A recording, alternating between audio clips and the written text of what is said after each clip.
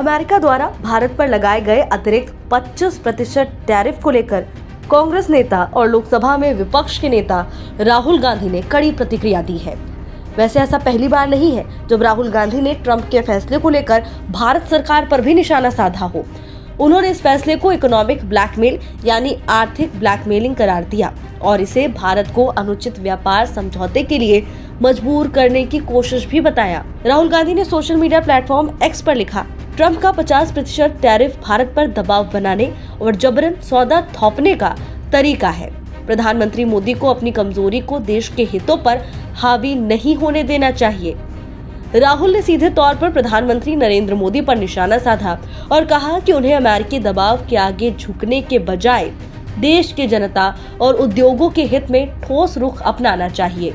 उन्होंने चेतावनी दी कि इस फैसले का सीधा असर भारत के छोटे उद्योगों, खासकर निर्यात क्षेत्र पर पड़ सकता है, जो पहले से ही वैश्विक प्रतिस्पर्धा का सामना कर रहे हैं। अमेरिकी फैसले पर भारत सरकार ने भी कड़ा रुख अपनाया। विदेश मंत्रालय ने ट्रंप प्रशासन के इस कदम को अनुचित, अन्यायपूर्ण और तर्कहीन करार दिया है। मंत्रालय ने साफ कहा कि भारत अपने आर्थिक और व्यापारिक हितों की सुरक्षा के लिए हर जरूरी कदम उठाएगा।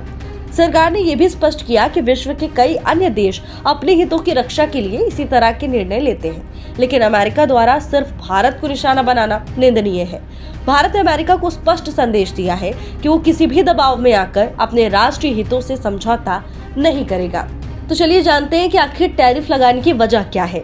ट्रंप प्रशासन का दावा है कि भारत पर यह अतिरिक्त टैरिफ रूस से कच्चा तेल खरीदने के चलते लगाया गया है।